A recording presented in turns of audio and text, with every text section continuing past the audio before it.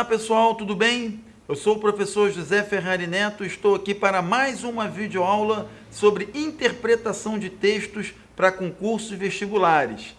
Nesse curso básico nós estamos apontando alguns dos tópicos mais importantes que são cobrados sobre a interpretação e compreensão de textos em concursos vestibulares, exames em geral, certo? A aula de hoje vai ser dedicada ao assunto variação linguística e níveis de linguagem, ou seja, vamos estudar aquelas variações que a língua apresenta conforme a situação de comunicação, conforme o tipo de texto, conforme a classe social, que são pontos importantes também para uma compreensão mais global do que é a gramática da língua portuguesa, ok? Então, na aula de hoje, o assunto variação linguística, olhinho no slide aí.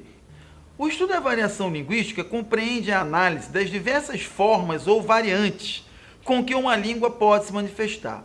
Essa variação costuma acontecer em torno de 3 grandes eixos, cada um deles determinando formas variantes específicas. Esses eixos são o diastrático, que é relativo às classes sociais que usam a língua, o diatópico, relativo aos lugares em que a língua é usada, e o diafásico, relativo às situações em que a língua é empregada. Quando a gente olha esses 3 eixos, pessoal, o que a gente pode concluir é que a língua varia conforme o lugar onde ela é falada, a situação comunicativa em que ela é empregada e também conforme a classe social do falante ou leitor dessa língua. Então, esses 3 eixos me determinam 3 diferentes formas de se combinar os elementos disponíveis na gramática de uma língua, caracterizando assim o que a gente chama de variante. O que é uma variante? Uma variante é uma forma específica de se usar a linguagem. Nos dias atuais, não se considera mais que haja uma língua certa e várias outras que são corrupções ou deturpações dessa língua considerada perfeita. A visão moderna de gramática hoje comporta o uso de diferentes variantes que têm que ser usadas dessa vez de acordo com os propósitos comunicativos, com a situação de comunicação e também de acordo com o falante. É por essa razão que não se fala mais em erro ou acerto, a não ser em contextos muito específicos. A ideia agora é saber o que é típico de cada variante e se essa variante está relacionada aos eixos diafásico, diatópico ou diastrático. É isso que os concursos têm cobrado e é isso que a gente vai ver na sequência. Começando com a variação diastrática, que é a variante que acarreta o surgimento das variantes linguísticas típicas de cada classe social.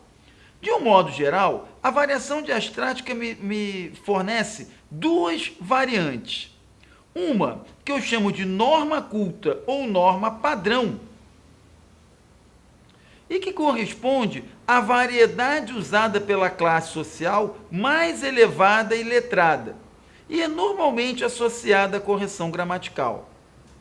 A variação diastrática me dá também a norma popular ou não padrão, que corresponde à variedade usada pela classe social menos elevada ou letrada, e normalmente associada à incorreção gramatical. Na variação diastrática, o que nós temos, na verdade, é o confronto em que aquilo que nós chamamos de norma culta e as chamadas normas populares. A norma culta se assemelha muito àquela gramática do certo e errado que é tão cobrada nas escolas e também é bem cobrada nos concursos e exames. As normas populares, elas são, no mais das vezes, consideradas erros ou transgressões dessa norma considerada culta. Normalmente, é o que acontece quando a pessoa não tem um bom domínio da gramática ou pertence a uma classe social menos elevada intelectualmente, com menor domínio da língua. Isso faz com que aconteçam marcas típicas das falas não populares, problemas de concordância, de regência, muitas vezes erros de ortografia ou de flexão nominal e verbal. Essas são as marcas típicas das normas ditas populares. Já a norma padrão, ela se assemelha mais àquela que nós encontramos nos meios de comunicação, na linguagem escrita, ou mesmo na linguagem literária. Ali, o rigor é muito maior. Ela é uma forma linguística bem mais tensa, ou seja, bem mais controlada. E isso faz com que ela seja a ensinada nos colégios e a língua usada também na comunicação escrita. O segundo tipo de variação é a variação diatópica. Essa variante acarreta o surgimento das variantes linguísticas típicas de cada região do país. Em geral, pode-se apontar as seguintes variantes diatópicas: o dialeto padrão, que é a variante escolhida como modelo de correção e uso; os dialetos não padrão, que são as variantes que destoam do dialeto padrão; e os falares. E apontam-se nessas variantes as marcas típicas chamadas de regionalismos. A variação diatópica, gente, corresponde àqueles falares regionais. Numa viagem do Rio Grande do Sul ao Ceará, nós vamos reparar que a língua muda de entonação, de vocabulário, na presença de determinadas expressões que marcam a fala característica desses locais. Essas marcas são chamadas de regionalismos e tipificam cada falar de cada região. Para que a comunicação em nível nacional aconteça, é necessário escolher uma dessas variantes e fazer dela a variante padrão.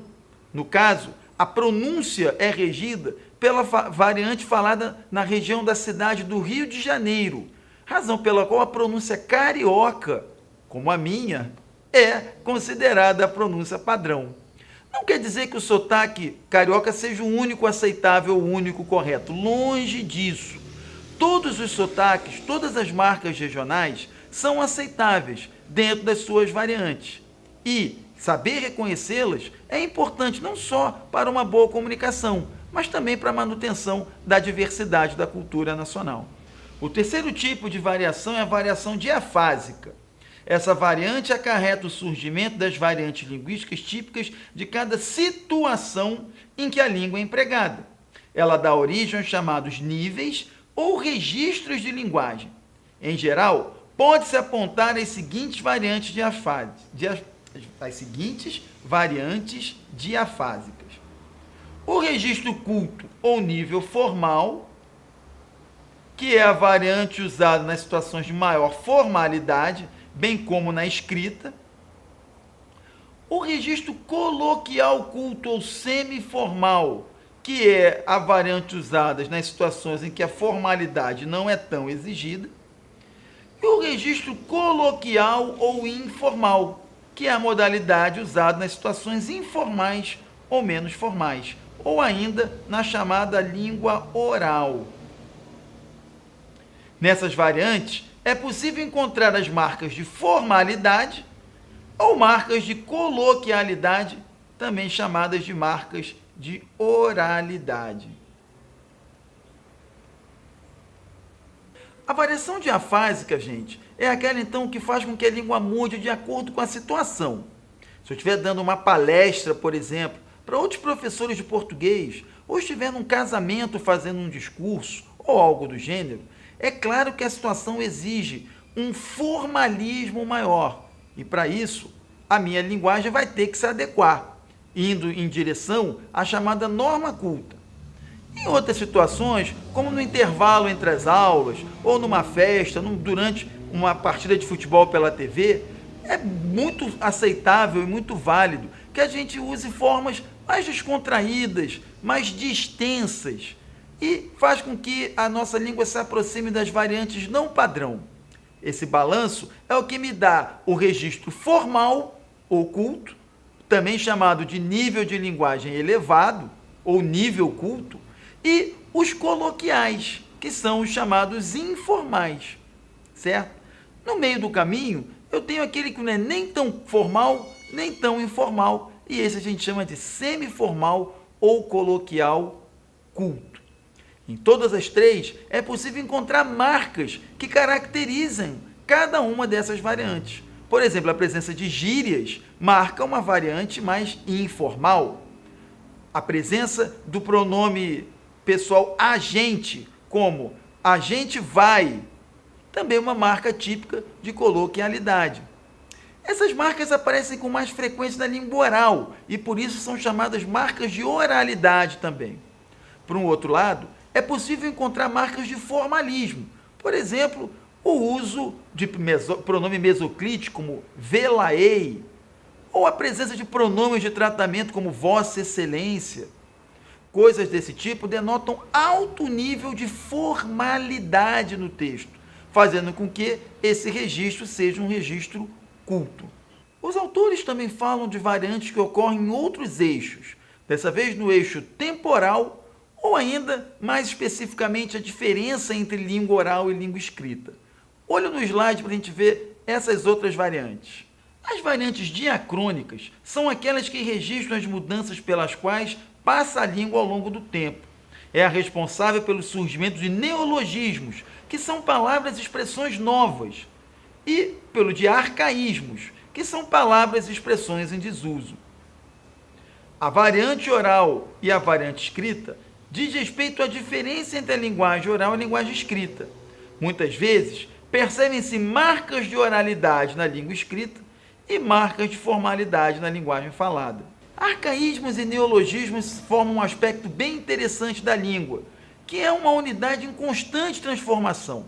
Palavras que não eram usadas há muitos anos, de uma hora para outra voltam a ser usadas, dessa vez com um sentido novo, bem como palavras que eram de uso frequente deixaram de ser usadas. Isso acontece com uma frequência muito grande, principalmente nos dias modernos, em que a velocidade com que novas coisas vão surgindo exigem novas palavras. Então, há um tempo atrás não se falava internetar, por exemplo, ou tuitar. Isso são neologismos, trazidos, por exemplo, pela internet. Por um outro lado, palavras e expressões de uso antigo, como toicinho, para se referir a bacon, por exemplo, está virando um arcaísmo. Poucas pessoas têm usado a forma portuguesa toicinho.